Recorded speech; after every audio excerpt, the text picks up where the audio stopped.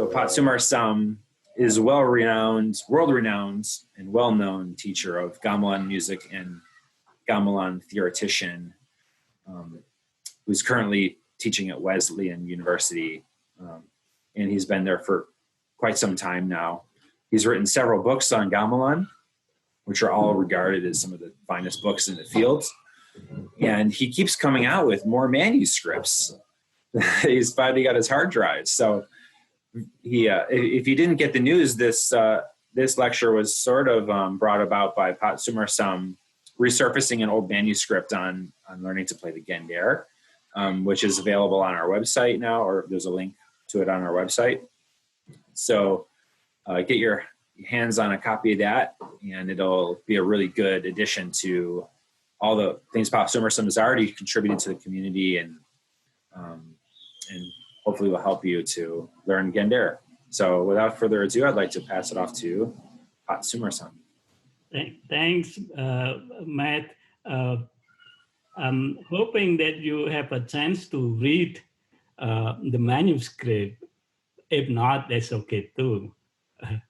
And if you read the beginning of the last essay, the last chapter, sort of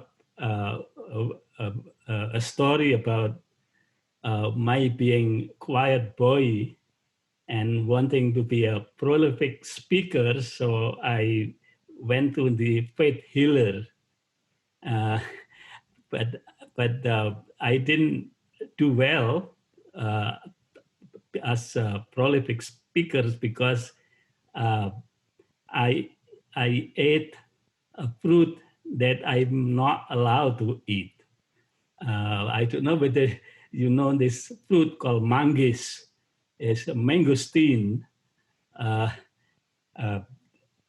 And since he, faith healer, gave me all of this mantra and things, and then at the end he said that I'm not supposed to eat this manggis fruit, but manggis is my favorite fruit. So I ate them a lot. so I don't know whether I actually become a good prolific speaker or not. But it's a very interesting story because recently New York Times has a story about a fruit in Asia, Asian fruit, including mangosteen, as well as durian, the smelly durian fruit. And the way how the New York Times write the article is such way that anything Asian fruit is not very good. Either smelly fruit like a durian or rambutan, sort of shaped like a corona COVID-19, or mangosteen, considered to be a good fruit, but unpredictable, because when you open the shell, you cannot predict whether you will get the right meat to eat or the rotten one. So there's an Australian journalist of Vietnamese origin who contested this newspaper, New York Times article. She thinks that the New York Times article is sort of like on the West, in the way of how Westerners looking at the Asian food. So she thinks that there's a not diverse opinion about the fruit in Asia and things. But in a way, I incline to think that I represent an insider voice like that Vietnamese journalist. But since I have lived in the US for so many years, don't expect me to represent a pure insider. I only hope that having had eaten a lot of mangosteen, I will still be able to speak reasonably fluently. That's a joke. it's very frustrated that you make a joke in the Zoom. I don't know whether you laugh or not. So as mentioned in the announcement, Mas Midianto's presentation and the other about a week ago, so has triggered my memory of a manuscript I wrote decades ago. So thanks to Mas Midianto, and in a way, this is kind of an expanded version of Mas Midianto's stuff. Actually, I remember that a very short version of this manuscript has been published by this Kamlan newsletter, British Kamlan newsletter called Select Note or something like Select Note some years ago. So let me just give you a brief background how I became interested in writing this manuscript. Back in the late 1970s, early 1980s, wow, that's a long time ago, 1970s, 1980s,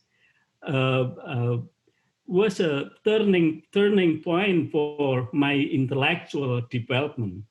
After 6 years of residency at Wesleyan, I came to Wesleyan in 1972. That's because I started having a good grasp of English language. So I began to write more and more on gamelan and on wayang shadow puppet play, of course, with the help of my students and my colleagues at Wesleyan. In 1976, I wrote my MA thesis, as you're already familiar with it, in melody in Javanese Kamlan. Then I presented a paper on Gendèr, on this instrument that you can hear, at the Northeast chapter of Society for Ethnomusicology. I think it was at Brown University. It was I remember vividly because it was attended by very famous ethnomusicologists like the late David McAllister, Mark Slopin was there, and also Alan Lomax was there. I wrote intro, then the next thing my work was I wrote an introduction to gamelan for my gamelan class. And I'm sure you're familiar with that because so many gamelan groups use that their intro to gamelan for their student and player.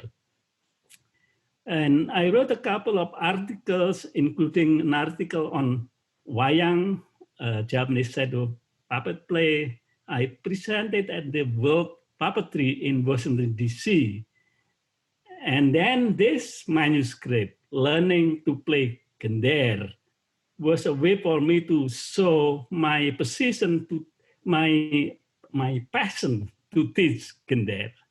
Since Gendèr is one of the leading and soft sounding instruments, not only technically challenging to play, all of this damping technique is very tricky, but also conceptually one of the most complex musical lines in the ensemble. I started learning to play Gendèr when I was a student at the Kamlan Conservatory in Solo in the early 1960s.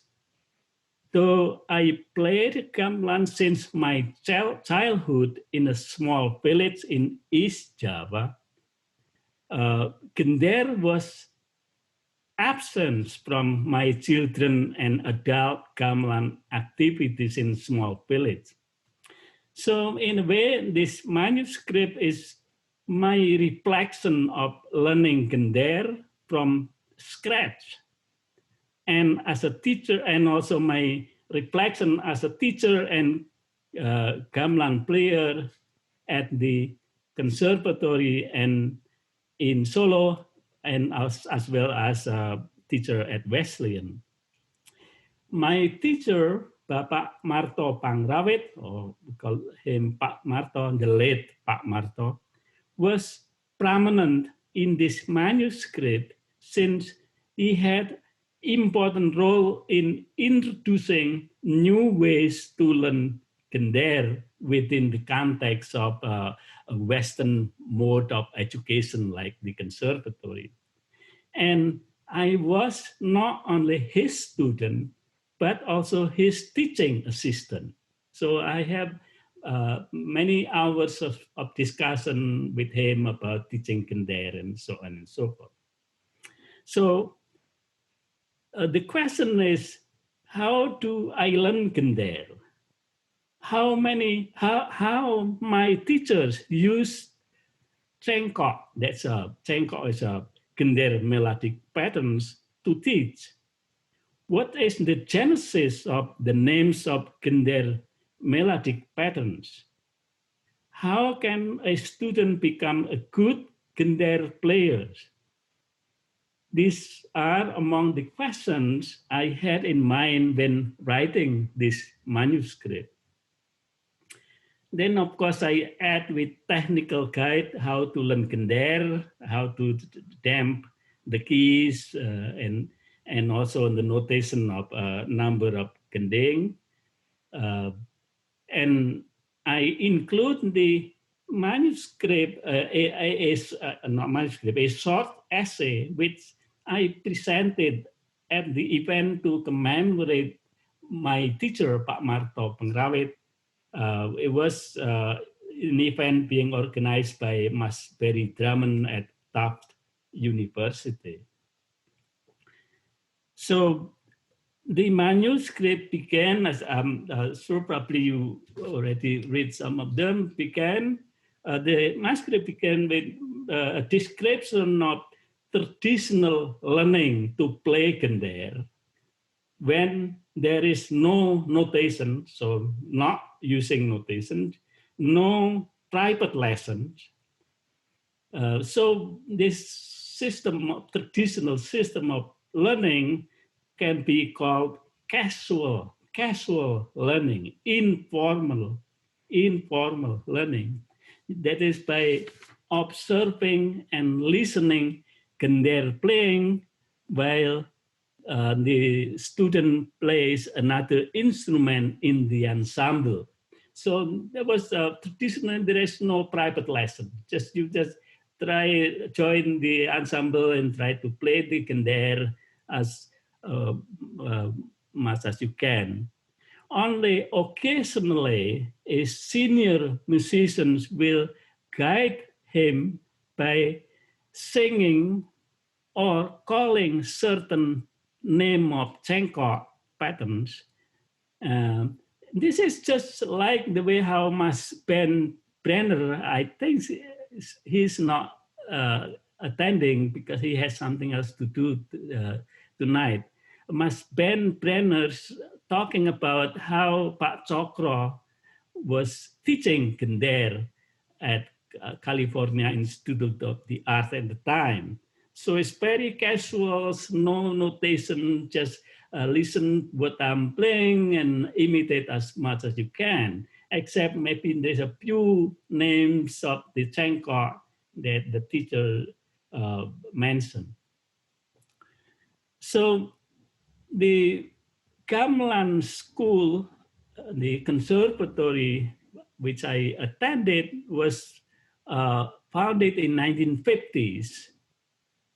The conservatory challenged Kamlan teacher to come up with a new pedagogy. So I talked about that new pedagogy. I think it's I don't remember what page. I think it's you see, I think it's page second or the third page. I talk about that pedagogy created by my first teacher, which is his name is Pak Panji Sutopinile. So he codifying and naming Gendèr patterns on the basis of the end note of each pattern. I think that's, I give you notation and the name on page 4. So the name is based on the end of the pattern. At the end of the pattern is page 1, and then he will identify that as a S. S means CG. CG means page 1, and Loro 2, and so on and so forth. So it's like he call it a rumus, which is an algebra. There is a formula. Then you write a sequence of S1 connect to T3, and so on and so forth. After students learning individual patterns. Considering the technical difficulty of playing Gendèr and the complexity of its melodies, the Gendèr melodies that Pak Panji taught us, Panji Sutopinile taught us, were simplified. There is no syncopated rhythm.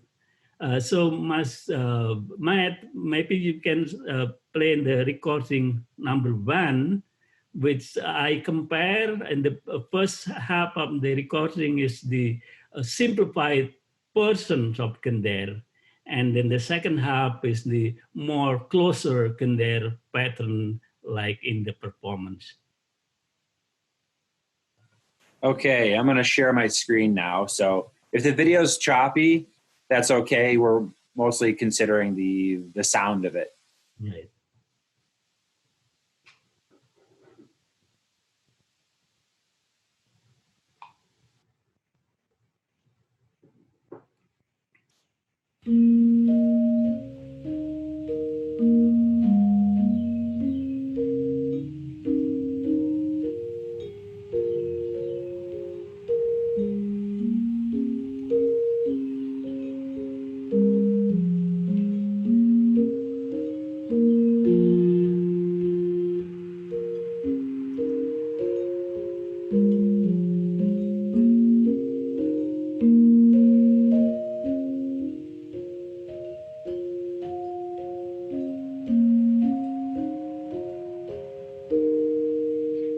That's a simplified version of the Gendèr. Now the more a little bit complex style.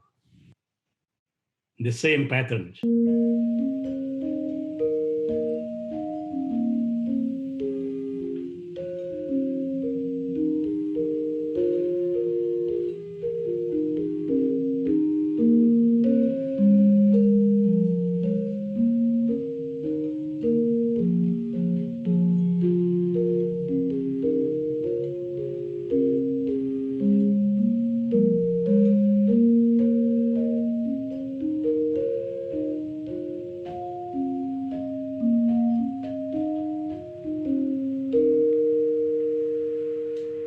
All right.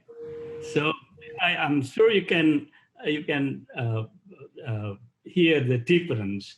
The more there's a number of syncopation in the second half of that playing. As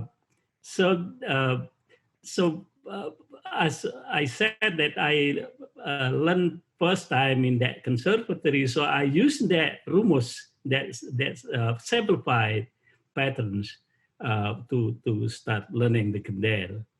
Now, Pak Marto Pengrawit doing something different than Pak Panji. He codified or identified Gendèr patterns by naming Gendèr Cengkok or Gendèr pattern based on traditional learning Gendèr. As I mentioned earlier, traditional learning Gamelan is done only casually. That is imitating and listening one another, and then try it best you can. So there is no sense of real guidance from teacher. Hence, therefore, naming Cengkok of Gendèr Pak Marto Pangrawit came about as a result of this casual learning. I think I don't remember what page, but yeah, page 5 somewhere in there. The Pak Marto gives a name according to the exciting melodies. It's 8 o'clock. Exciting melodies of given patterns like Ayu Kuning, mean pretty yellow, meaning a pretty light-skinned girl, or Jarit Kawung, batik shirt of Kawung design, and others. Unfortunately, not all phrases, not all Gendèr pattern has name. So, let me start with that recording number 2, which is Ayu Kuning, two different style of Gendèr playing. It's called lombo, means regular, single, and simple, but in performance style, and rangkap mean double. And so the first half will be Cengkok Ayu Kuning in a lombo or simple performance style, and connect to double or rangkap style. And I will sing along the Jarit Kawung melody for it.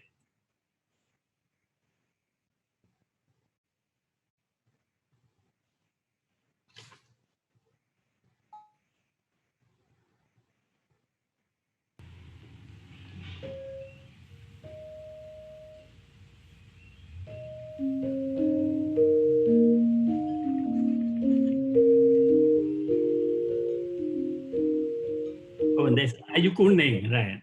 Can you start from beginning, Matt?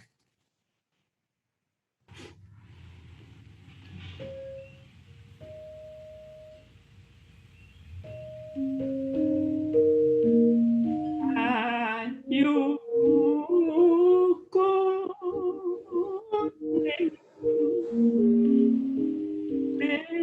Pentra Maya.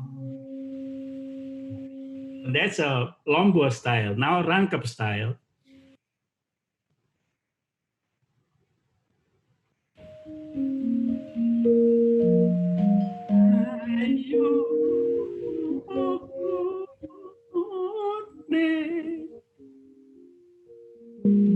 Entra Maya. Right.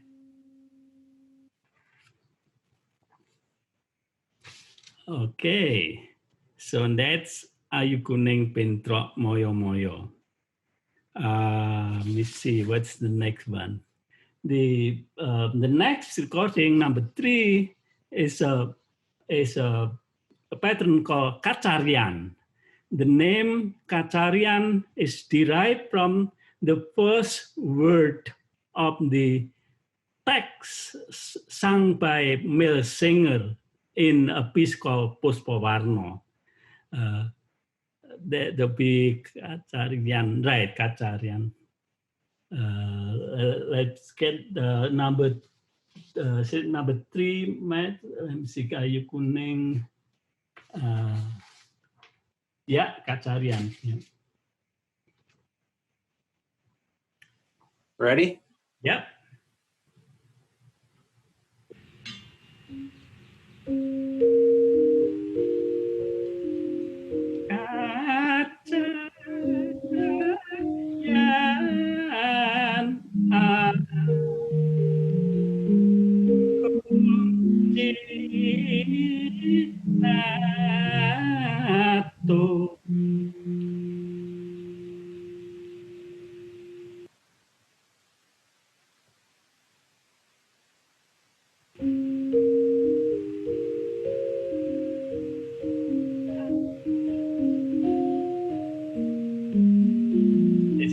of style.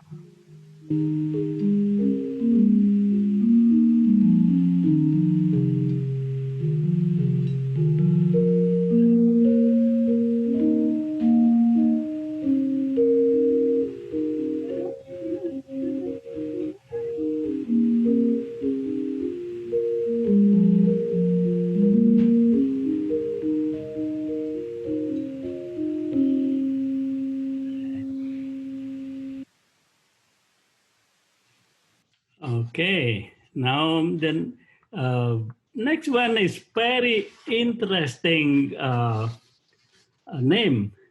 Let me try to find it. Katarian. I think this is going to be Genduk Kuning. Maybe 9, 11. All right. So this name is very interesting. Genduk Kuning. This is one of the most interesting name. I'm afraid it's kind of a little bit sexist because it refers to light-skinned girl. Genduk in the way how you address girls, and kuning, which literally mean yellow, but it's light skin. So it's kind of an appreciation of this man to see a light skinned girl. This is interesting because actually the original name of this pattern is even sexiest, more sexist than Genduk Kuning. Genduk originally is not Genduk, but Pak Marto changed it to Genduk. But originally Genduk is the word for private part of girls. So this is a sexist things that Pak Marto came up with.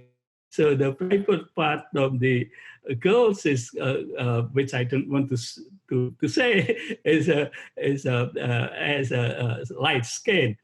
So sometimes you have to start to think about this because I happen to try to figure out, and no, I think this is even Mas Midianto sometimes always mentions the 3 characters of dalang or puppeteer, the ability, the good ability of the dalang in 3 words: gending, gendang, and gendeng.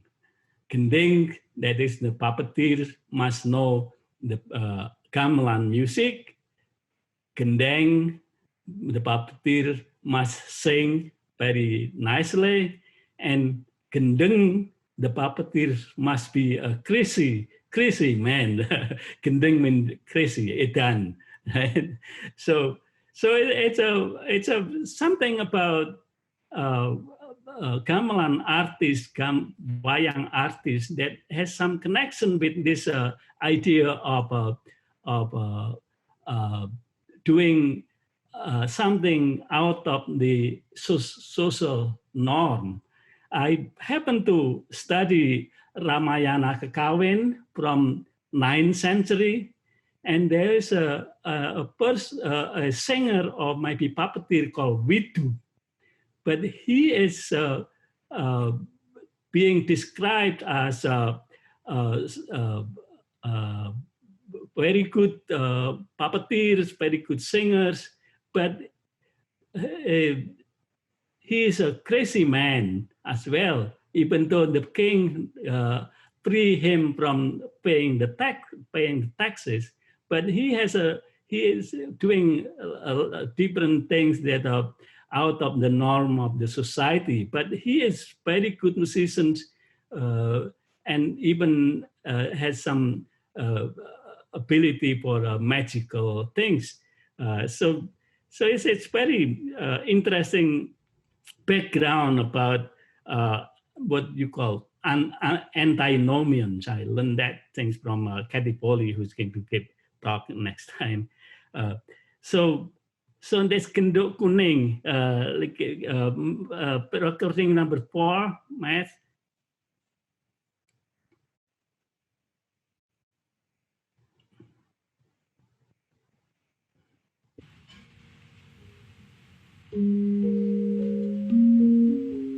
Kenduk kuning padang kantuk.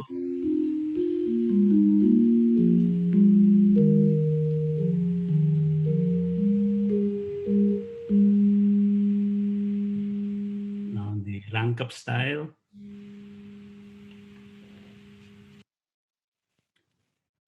Oh, maybe not. That's the end of the Kenduk Kuning, only lumber style. Now, as I said before, Pak Marto naming the Cengkok, the pattern is kind of finding the exciting melodies. The next one is only in the context of rangkap style in Irama Billet, and this is a little bit of Irama thing is a kind of very difficult to understand, but this one is Nyo Tali, Nyo Emping, which is Nyo Tali and Nyo Emping and Nyo Tali and Nyo Emping. Let me see what's the yeah, I think you have it on page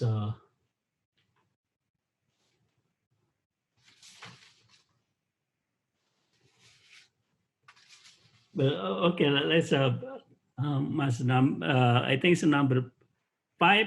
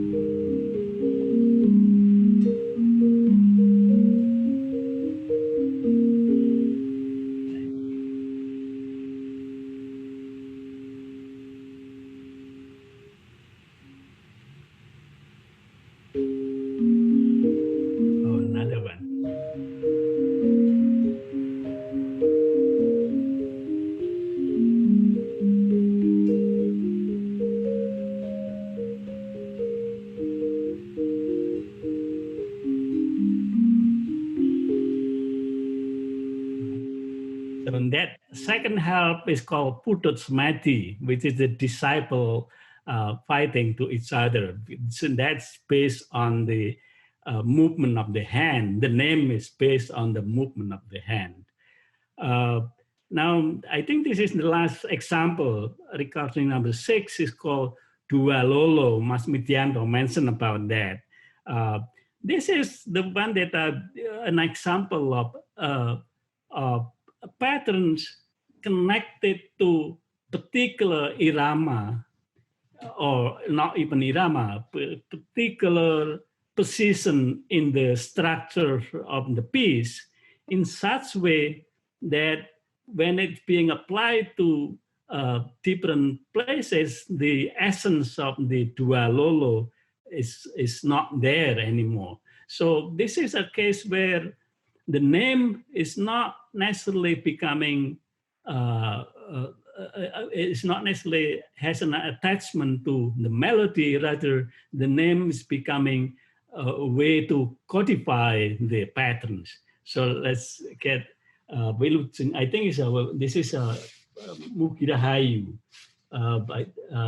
In your, I don't remember now what page is in your.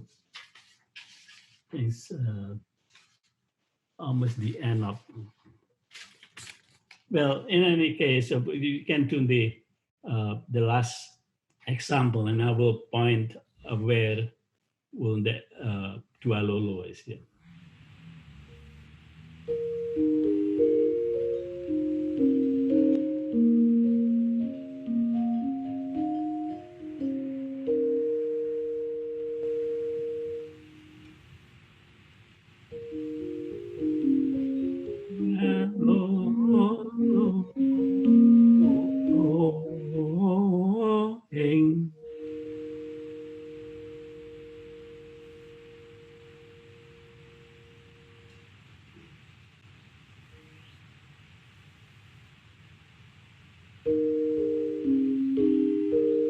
This is the Muki Rahayu.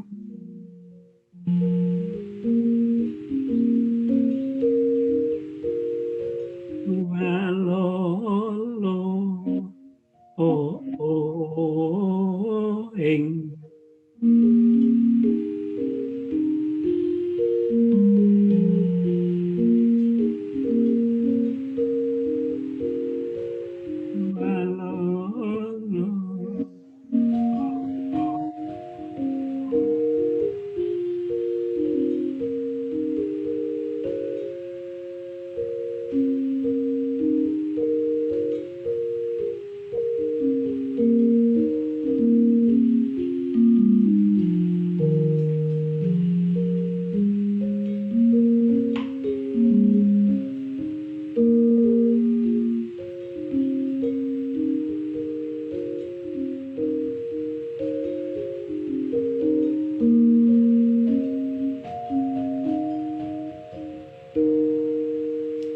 Okay, I think that's enough, Mas Matt.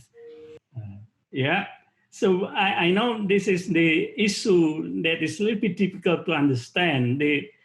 My way of explaining this is that, as I mentioned before, that the names of Cengkok always derive from a particular melody of that patterns of the Gendèr.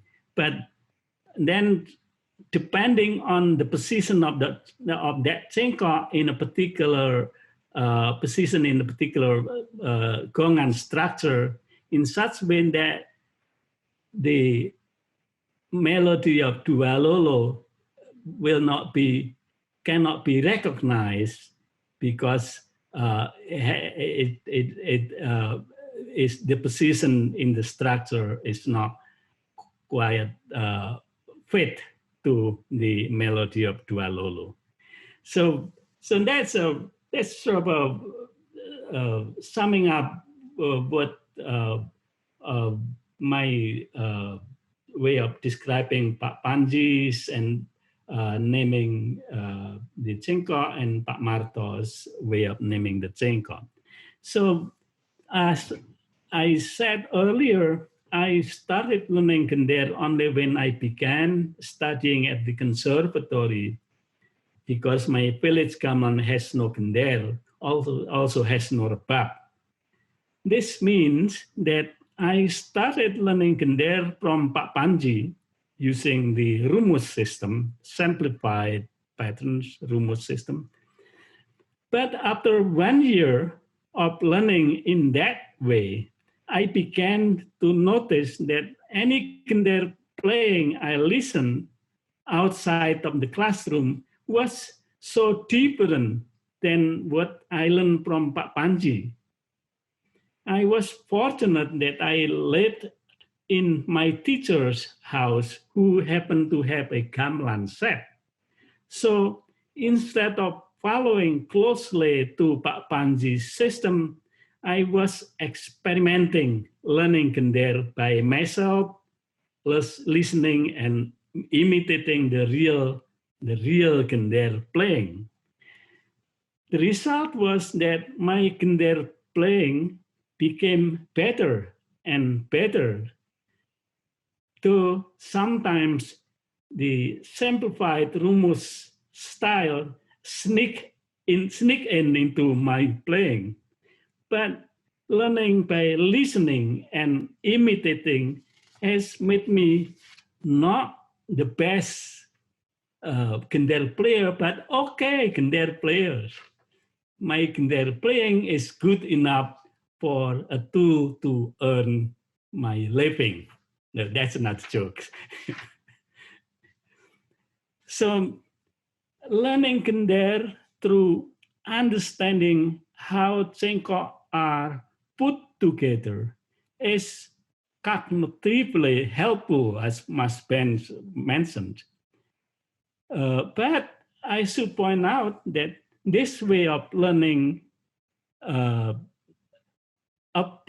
this way of learning through the sequence of Cengkok applies only for learning Gendèr. You cannot do the same with learning rebab, instead of writing down this sequence of cengkok, as one can do in learning Gendèr, rebab teacher must write down the whole melodies of rebab from the beginning of the piece to the end of the piece. In other words, rebab melody is less susceptible to fragmentation. Gendèr melody, on the other hand, is susceptible to fragmentation because of its melodic registers. It must coordinate its melodies with the real melodic direction of a gending. This is a little bit of muddle here, but I hope you understand a little bit of what I'm trying to say here. So to answer a question of how one can learn Gendèr successfully, mixing learning Gendèr by way of understanding putting together cengkok, mixing them with learning by listening and imitating Gendèr playing is the way to go. Even more helpful is when learning Gendèr is done always in the context of or by listening to the rest of the ensemble. With this premise in mind, I now become realize how effective was learning Gendèr, rebab, and kendang at the conservatory, because usually in the class for each of these instruments is taught by 3 teachers. One teacher is responsible to teach Gendèr. The other teacher plays kendang and rebab when the Gendèr student is ready to play the piece. So I think that's sort of to summarize what I wrote in the manuscript. It was a little bit long because it has a notation and thing. And I will be happy to hear comments or if you have any questions. And perhaps I should mention about exercise that I also wrote down in that manuscript about the 2 different kind of damping technique. And that's something that sometimes we don't realize that there's 2 different damping technique: delayed or instant delayed damping technique and exact time damping technique and all of that things. So, okay, so I think that's what I have now, and we'll have discussions, questions, and comments, and Matthew, moderate. Definitely. Thank you, Pastor Marcel. If you have a question yourself. Yeah, I have a few questions. If anybody has a question or a comment, please put your name and or question in the chat box, and we will call on you. Since there's nothing there yet, I'll throw the first one out there. So I heard something from Mas Darsono once about 2 very different techniques of playing the Gendèr, one being a male style and one being female style. So Darsono was telling me that mostly people learn the male style, and that's what's taught at EC, but there's a completely different type of Gendèr playing that is difficult to learn because nobody teaches it, called female style. So I was wondering if you could tell us something about that. Well, I know Sarah Weiss' dissertation and book is on this topic, which is exploring or investigating the female Gendèr style. I think she's probably working closely with Bu Pringo, which is she's still alive and she's still playing Gendèr. And it's sort of I don't have any good way of good sense of explaining, except that I listened to Sarah's recording of Bu Pringo, it's certainly a different kind of style than the male style in the way of continuum phrasing, and it's more lively, I guess. That in a way, I don't think we have anyone. I don't know, but if there's anyone learning that style or not. So I don't know that much, but I can. You can go back read Sarah's book. Yeah. Know more about them. Yeah, I'll take a look at Sarah's book. Thank you. All right. Who has questions for Pat Sumarsan? Kitsi had to sign off. She said thank you.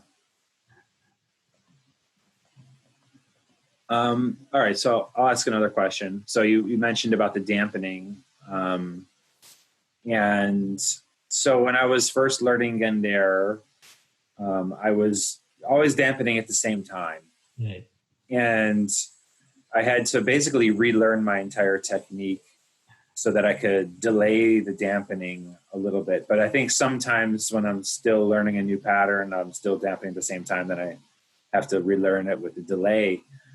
I'm wondering, is there ever a time when it's okay to dampen at the same time, or is it always delayed? No, not always delayed. I think I explained it depending on how close it is from one note to the other. So I think if you have a 1-6-5 and 1-6 has to be played very fast, and then you play 1-6 without any damping up, but at the same time you play 5, you damp 1-6 immediately.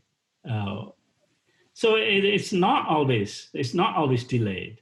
But the delayed is always seems to be in the norm, except if there's really the pitch that you play is close to each other, 2 pitches close to each other, and then you have to damp at the same time with the next note. Cool. Thank you.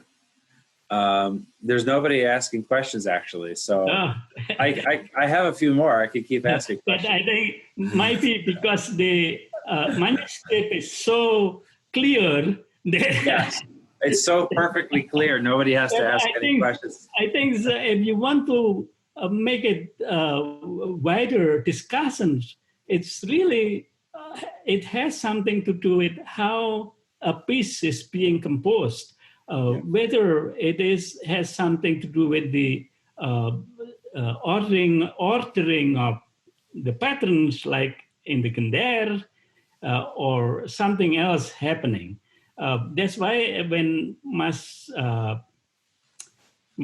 Henry Speller mentioned about the patokan, I still want to know how to compose a piece. And as you remember, he said that no, it's not the patokan, but it started with the tune. So I think this is the same things about the Gendèr playing, whether it's solely can be thought of as thinking about, understanding about the ordering of Cengkok, or there's something else there that is more complex conceptually and musically. And I can think of the word to be used for this kind of thing. I don't know if there's anyone in other music can think of the idea of putting together formulae, or there's something else behind it. I can think of the word in Javanese called eling and kalingan. Eling means remember in an active form, but kalingan is remember in a passive form. So you always have in mind the different cengkok, but you need to understand it as a passive way of remembering, not active way of putting together that cengkok into the piece. So that's why if Javanese say ora eling, that means to pass out. But kelingan is a passive way of remembering. Yeah, I think going on that, like for me as like sort of a beginner Gendèr player, one of the issues is knowing the pattern names, but also knowing how like in a different piece, the pattern is very different. Yeah. So like you said, sometimes the melody of the pattern even gets lost. Yeah. And then the question is, when you're learning Gendèr, how at one point does your brain make the leap to know how to modify the Gendèr patterns? Like if you say you know that this pattern should be Dua Lolo, or you know this pattern should be KKG, like, yeah, how do you know, like, okay, so how do I transform the beginning of this pattern so I can, or the end of the pattern so I can make it fit within the context of the piece? That's like the next level, I think, after learning some basic concepts, maybe. Right. All right, we do have some questions. Ed has a question. All right.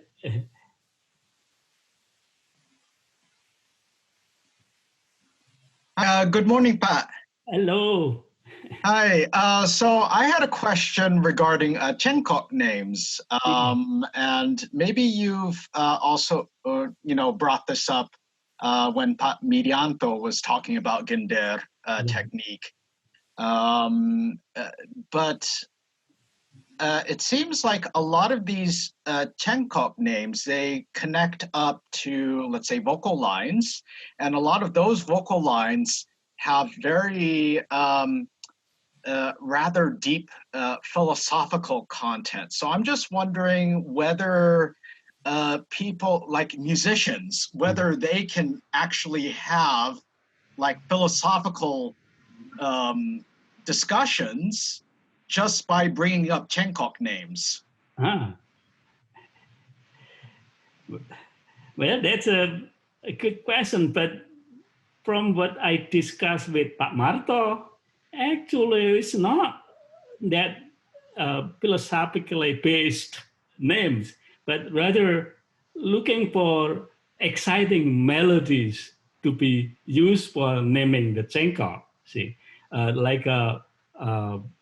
me see now that jaluk kemul adem. There's a piece, a cengkok called jaluk kemul adem. That's from children's song. Nini katisen jaluk kemul adem. See, so it's nothing philosophical about it, but it's just picking up a lively fragment of melody of children's song used for that. But maybe I'm only in that in the level of my discussion with Pak Marto, because I know I mentioned about Warsaw Diningrat, my other teacher.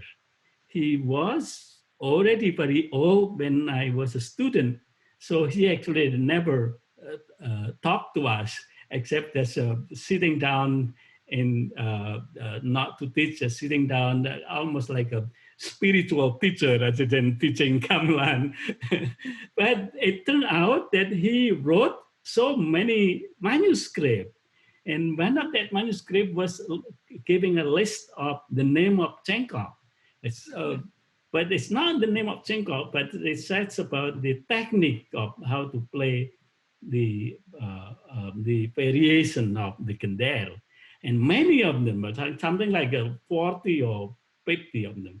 And no one really can figure out what all of this about. I think Mas Midianto mentioned about student faculty at EC has had the seminar on this, but I don't think they came up with anything significant. And Mas Brenner mentioned about Mas Joko Waluyo's uncle, or actually it's also his parent, who also has the same idea of many different names of the Gendèr. And Pak Joko Waluyo's uncle actually was one of my teachers in the 60s, and he an expert on tembang, on singing. Well, that's what I can get from the names that Pak Marto discussed with me. Putut gelut is something different. Putut gelut, putut means disciple, gelut means fighting. So that's, for me, my interpretation was the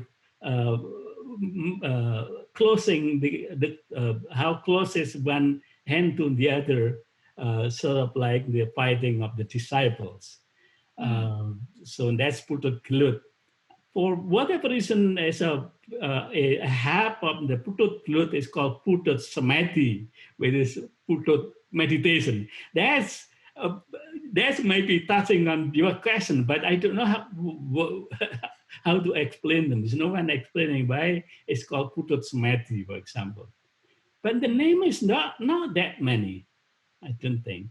Yeah. Thanks for the question. Very good. Okay, thank you, Pat. We have Jody Diamond, who has a question, kind of a combination, several questions in one. Yeah. Pak Sumarsan, thank you so much for explaining the unexplainable. That's so interesting and such a challenge for all of us. Yeah. So I'm wondering, now that you have this kind of theoretical rumus information available, would you use it in teaching, or does using it create the danger that someone will think that the simple style of playing that's notated is how things are really played?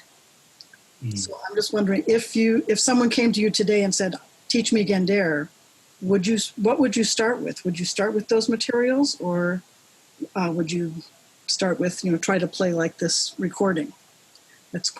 And also, how would you teach someone who wanted to learn to teach Gendèr? What would you recommend to them? And my last question, because you were talking about Joko Waluyo, was to wonder about the differences between solo style and Jogja style Gendèr. But that's apart from this idea of how do you teach, and how do you teach someone to teach, and what are the advantages and the dangers of using this system that you've so nicely defined for us? Well, the second question, how to teach someone to teach, that's a very complicated things to do. I guess the first question is more answerable than the second one. The first question, I think, is the first question is, I don't use the rumus. As I said in my talk earlier, that I used the rumus only 1 year, and then I start experimenting myself by listening and imitating other Gendèr players. So I will start with that. I don't know what the technique of playing Gendèr and exercise with the delayed dampening or exact same time dampening.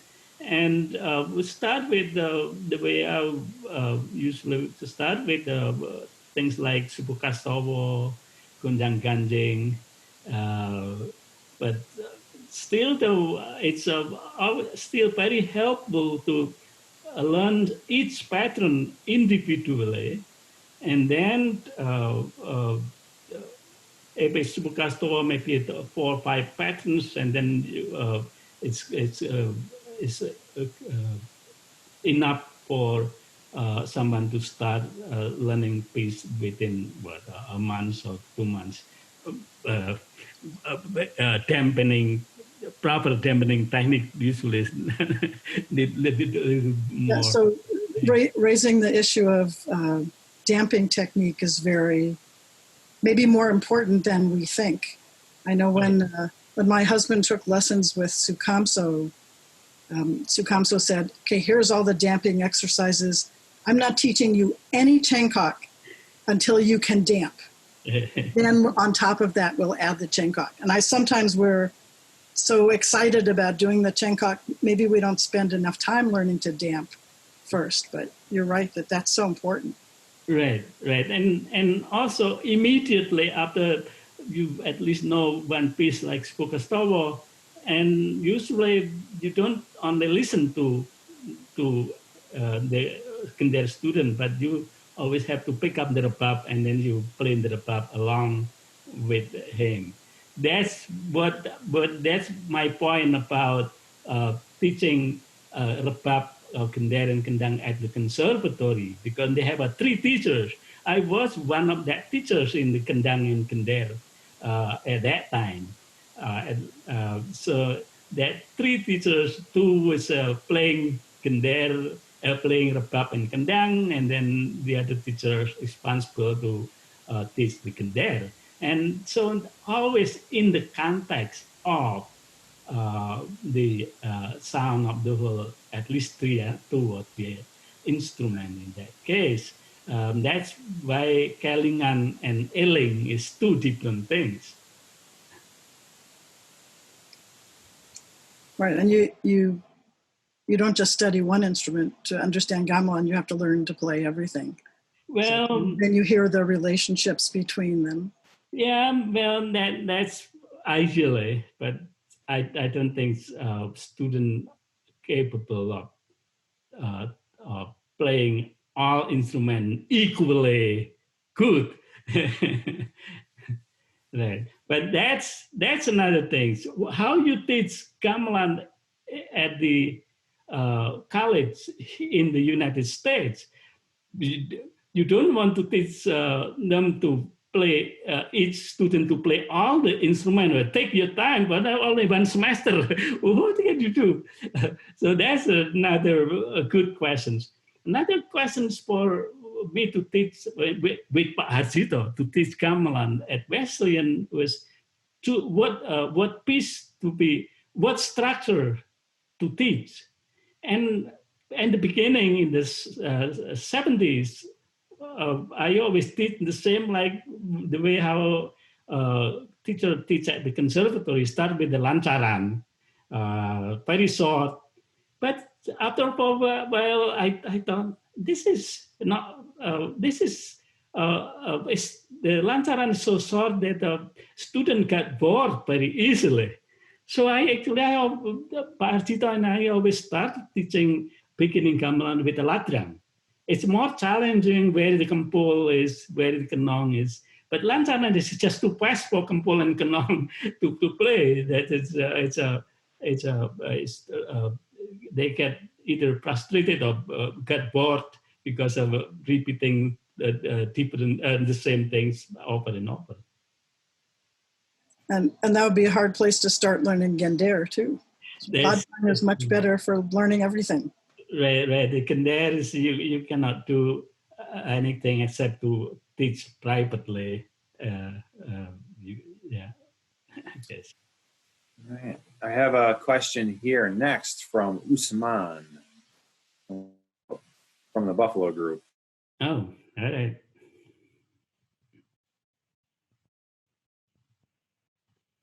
Where are you, Usman? Usman, are you there?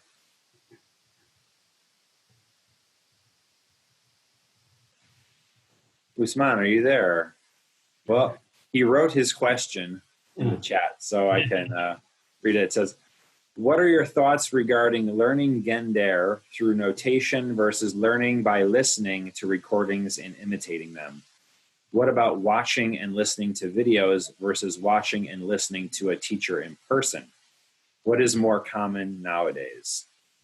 Oh, nowadays, I should have asked Mas A.L. Swarty, because he's still teaching Gendèr in ISI nowadays. I don't have observations about that, but I started thinking about it because sometimes I saw Mas Danis teaching and things like that. And I think that's easy. Teachers assign them to listen to some of the recording nowadays. And I always think of the combination of what Usmar just mentioned is the best way to do, which is the way I mentioned before, that understanding how Cengkok being put together is one aspect of learning, but imitating and observing teacher another thing, and combine that together. And now it is strengthened by assigning student to listen to the recording. I think that's all that together will be great things. You will become a successful Gendèr player. Okay. Thank you. Thank you, Bob. Right. And then Jody had the second question of Jogja versus solo style Gendèr playing. Is there right. It's a very subtle difference. I don't think it's a really strong, distinct difference. It's certainly when I play Gendèr for Dalang Jogjanese puppeteer came to Wesleyans, and the first thing he said is, "Oh yeah, you can play in the way how the soloist Gendèr player play, and this is okay with me." So it's an acceptable things to do. But in like anything else, it's sometimes there's a very distinct difference, but most of the times Kendang and Gendèr and it's a subtle differences. I know I can feel it within this Jogja and solo, but the difference is not really far apart. I will say the punang is you can see as the punang is Jogjanese punang is more elaborate than Solonese punang and all of these things. I think I sort of mentioned something of that kind of differences in the chapter of my first book. Why is it different, something like that. In fact, Pak Arjito and I always start teaching beginning Kamlan with a Jogjanese piece, either running tawang or another ones. It's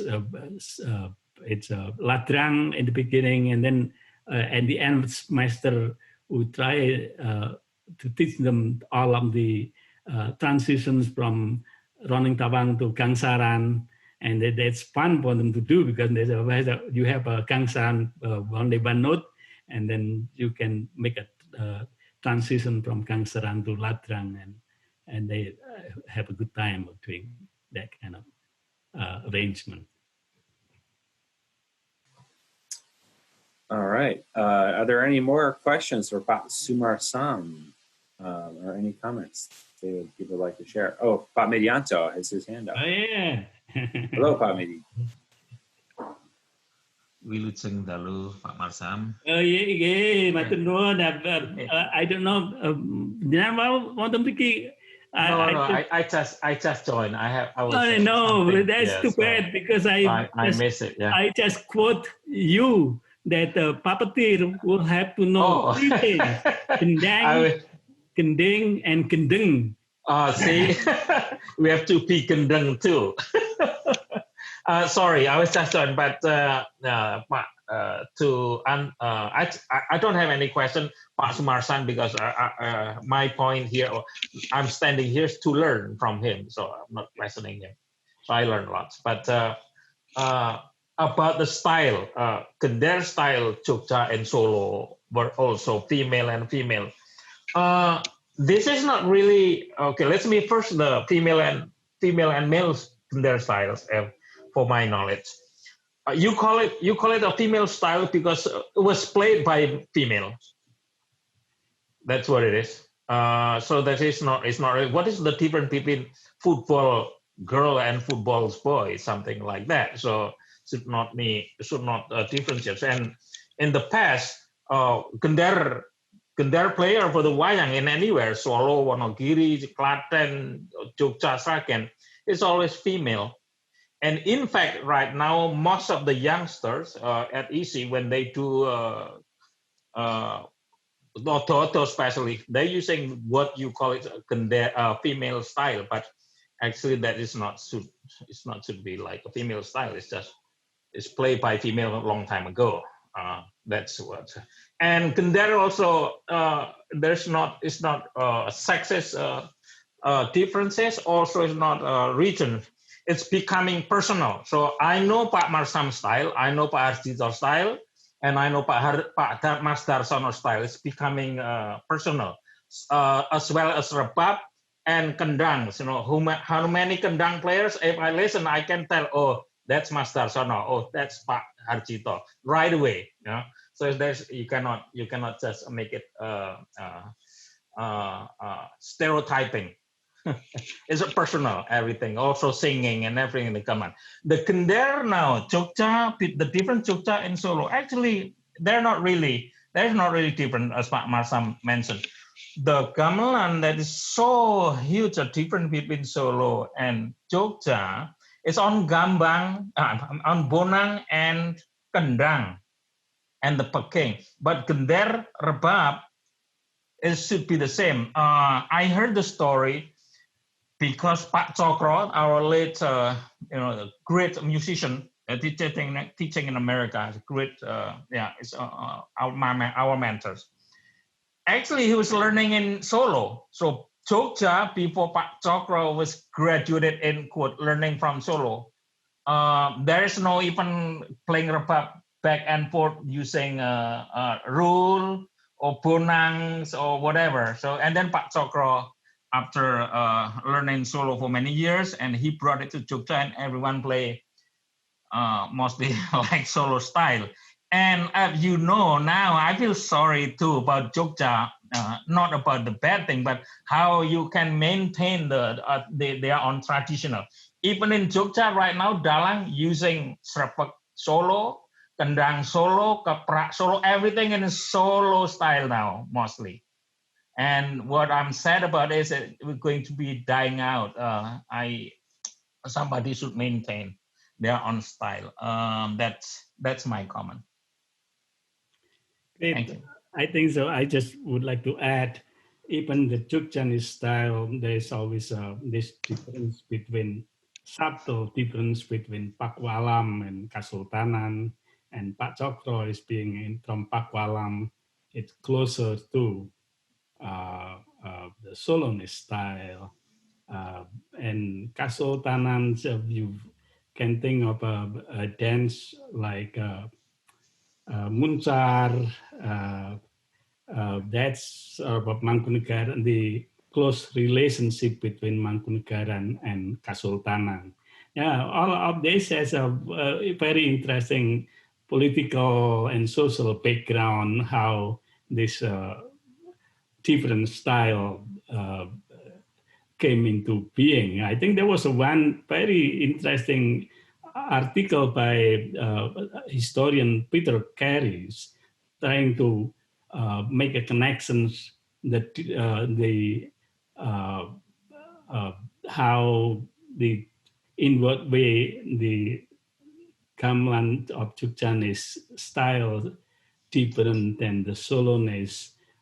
He picking up certain Temung technique and things like that, and he's trying to connect that with socio-political reasons for the genesis of the different style.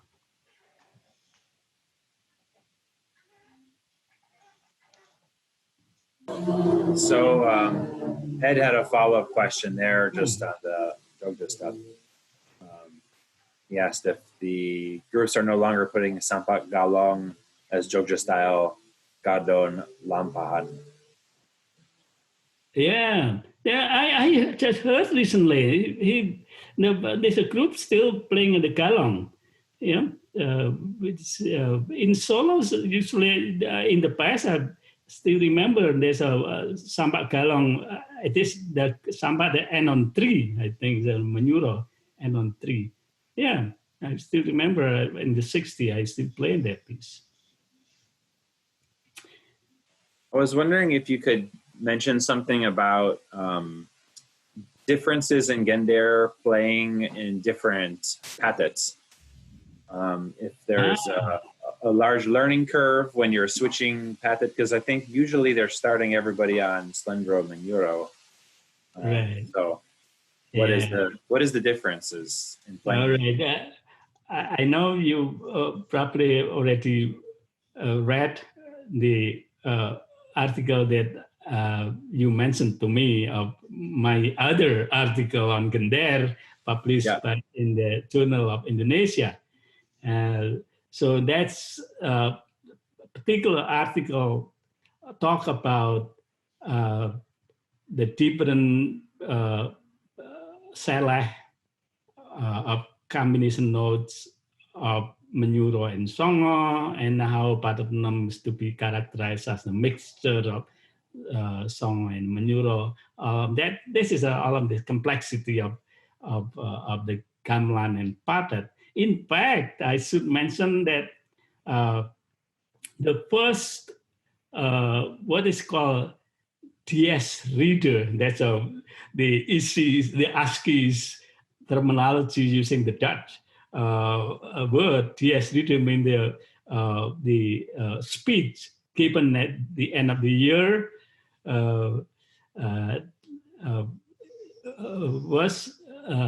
his speech was about this particular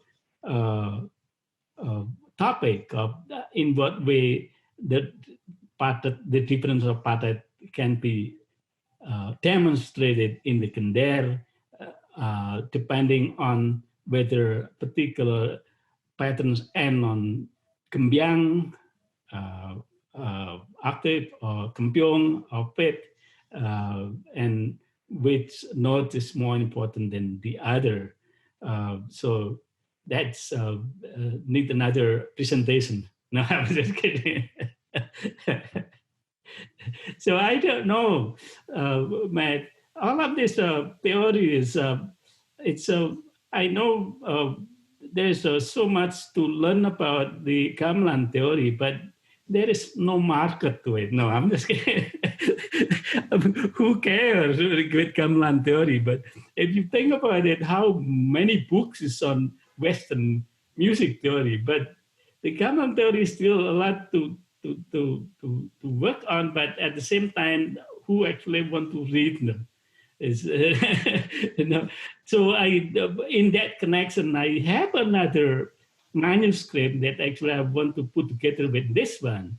This manuscript is actually not manuscript anymore because it was commissioned by Italian music encyclopedia as a Kamlan theory in general. It was published many years ago and also translated into French. It was a very famous encyclopedia. I don't remember the name, but the English version of it still unpublished. I still have it with me, but I need to get permissions from the Italian encyclopedia person to get it published. So I want to combine this with this one. If I have time to do it. I'm now working on different project, but if I can combine that manuscript with this one, plus I can republish, reprinted my article on Irama. That will be a significant book in terms of Kamlan theory. But we'll see if I have time to do all of these things. I'm getting older and older nowadays. Thank you. Pamedianto, did you have another? Yeah. Sorry, this is actually Sumarsan talk, but like to help others, like Jodi's question and also Mas Usman question. Jodi's question: how you going to teach Gendèr, the technique first, or how to play it, a pattern and so far? It depends. In Indonesia, yes, like your husband, Mas Larry, who learned from Mas Kanso, just please do damping these two things or whatever until you got it. It's because there are lots of time in Java, to learn. So technique is the most important when you learn Java. But in here, if you just learn the technique, you don't get it in the whole semester for 2 Cengkoks. And we have to have Gendèr in Asmorondono in 1 semester. So the most important is make sure you play it right, but technique, it's later. That's everything in here, United States. But in Indonesia, no, you have to play 1 Cengkok with a perfect damping. There's no rush to do too much thing without it taste good. You have to even just 1 spoon, but taste good. But in here, let's eat the whole plate. What is taste? I don't know. That's my comparison of eating. Then Mas Usman, which one is better to learn from listening from the teacher or from the directly listening the teacher teach you? So, well, learning Gendèr, you have to learn from the teacher first because the technique and everything, you got it directly. Then you learn from the cassette, and because after you learn the technique, you will be automatically knowing what to do to them from the cassette. So don't learn from the cassette until you got a couple instructions from your individual teacher. Thank you very much. All right. Thank you, Pak Widianto. I think we could probably call it an evening. There's no more questions coming in. I just wanted to make a comment. Oh, sure.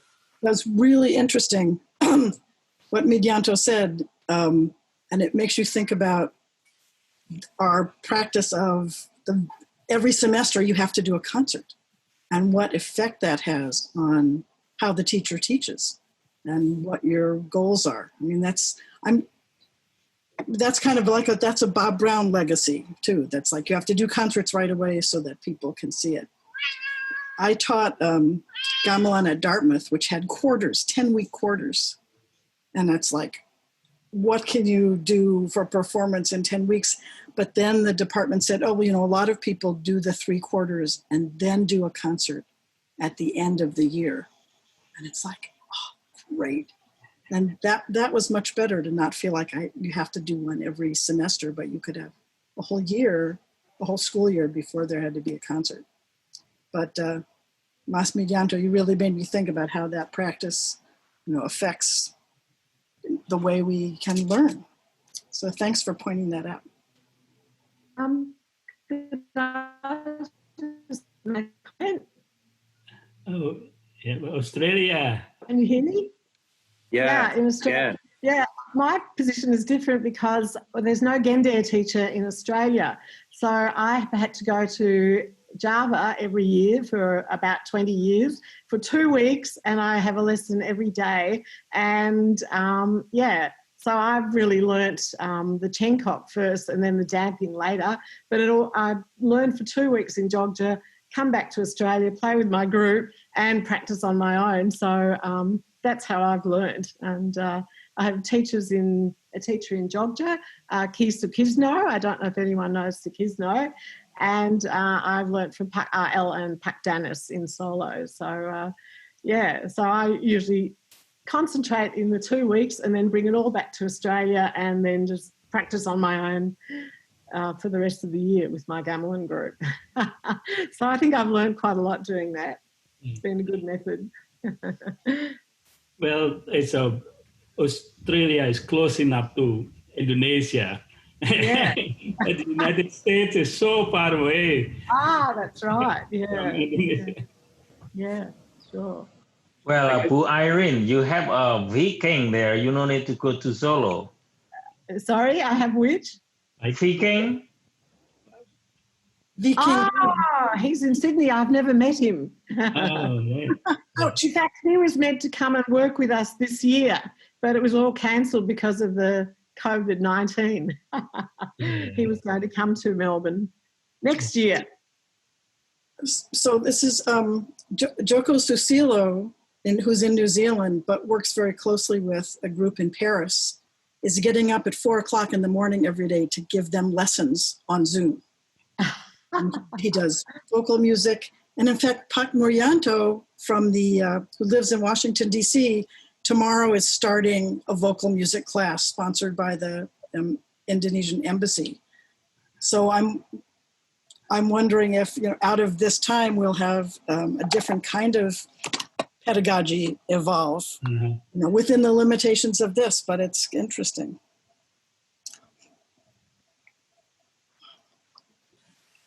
Yeah, that's a big challenge, is trying to teach new Gamelan students in the United States right now, of course, with COVID. It's a very difficult situation. I think one thing maybe we could do in the United States, even though we're further away from Indonesia than Irene, is try to support the teachers we have in the United States, the Gamelan teachers like Midianto, Pat Sumarsan, Mas Darsono, and really try to encourage people in our groups to learn Gendèr, learn Rabab, and learn Kendang. Even though it's very difficult, it'll probably go a long way to help the American groups have a strong foundation, for future concerts and future teaching and everything like that. It'll be easier for reteaching it. Yeah, I think Usman mentioned something in the chat right now. It was sort of a gradual process, but once we have more people learning more things, it's easier for everybody to learn. Yep. We have the memory of the group and everything like that. So I would suggest getting your members to reach out to one of the Indonesian masters that's living in the United States and say, hey, let's do a Zoom lesson or something like that. I think that's a great idea. Well, Zoom lesson is not, the result is not that maximum as anything else. So if anyone here would like to have Gendèr notation, drumming notation, Rabab notation, or anything, I think Pak Sumarsan, Pak Arjito, Pak Master Sono, myself, we will be happy to help you, to send you the PDF, Gendèr Cengkok or whatever. Just ask what Gending, whatever. I think one of us will be capable or willing to do so. But assuming it's very typical, or even, Pak, give me the Wilujeng Gendèr on video. We'll do that. We'll do it. No worries. I'm not in behalf of everyone, but yes, I'm in behalf of everyone. It's free. I just wanted to think about this, something that is now biasa but never was before. I went to a Zoom class that Pak Joko Waluya was teaching to students at UCLA. And I sat in on the class and talked to him. I went to Kendang and vocal classes at ISI in Solo, but only because someone sent me the Zoom link. And I know a lot of us are doing, are doing things on Zoom, and I'm wondering if we could develop the idea that to make a wider invitation to those things. I mean, the group in Singapore had someone from Japan talk all about gamelan in Japan. It's like, I would have loved to go to that. And it's so easy to add people to a Zoom event. But I don't know whether that feels comfortable or it's not the way you think about it, or if that's something we could get used to doing. What do you think? I think for me, it's okay. I guess it depends on the teacher though, as well. Maybe they have some, maybe they don't like a large audience or something like that. They want to keep it more intimate. But yeah, I think it has to do with the teachers. But for me, it's okay, personally. I guess for me, it's a time, how much time I can do all of that with the teaching at Wesleyans and other things that I need to do research. And but maybe there's still, maybe in the summers it would be a good time for all of different lessons or something. Matt, maybe you could make us a Zoom event calendar, because I know we're always combing through our email. Oh wait, there's a Wayang here. Oh wait, there's a performance here. And it's like, wait, where was the email? Where was the link to that? And maybe if we do accept that this is the way that we do share knowledge and communicate, and people who were open to that, maybe we could have like a weekly list. Here's all the Zoom things that we could jointly participate in.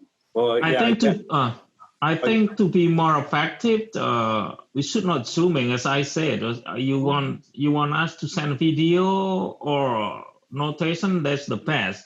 If it is zooming, I got 50 students in this coming fall. I have to teach online 50 Gamelan students. Oh my gosh. That's a crazy. That you super. How are you going to do that? Oh, that's 3 classes. I can do it. No worries. Yeah, I think, maybe a shared calendar, shared Google Calendar, Gamelan Google Calendar would be helpful. And people could put events on a shared calendar that everybody has access to if they want to share their events on there. That way more people would be, because now sort of like you get an email here or there, but there's a lot of people that probably don't get emails about specific events that would like to attend them. And just echoing Pak Sumarsan, when you teach Gamelan in the beginning, please do not work on lantaran too much. They got bored. I used lantaran only the first 2 weeks. The student they got bored because that's what it is. So lantaran I use it just for the student to recognize where is 6, all of the keys placed. That's all. They love to do ladrang, kibar with imbal, and then irama dadi. They feel the rasa of rasa halus of irama dadi, and then more complicated going to irama sri. I think that's don't stuck on lantaran for sure. Listen, Midianto. No, I'm telling you, I think I have the most biggest Gamelan class in the world because I give them what they want. I'm giving them what I want. I give them what they want. Academically, that's it's perfect because then the Department of Music. Oh, I need a huge TV in my Kamlan room. I have 100 students, and then they Midianto, tomorrow buy it from the Best Buy. But if you ask a small computer, how many students you have? 5. No, they won't keep you. We can all learn from you that way, Midianto. All right. I think we'll call this Sunday lecture to a close here.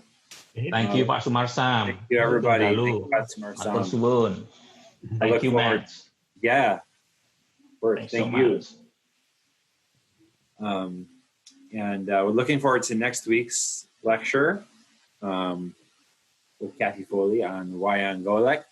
This should be really fun. We have a lot of West Java stuff coming up, and maybe there might be another lecture on West Javanese music coming up as well later for some new compositional work.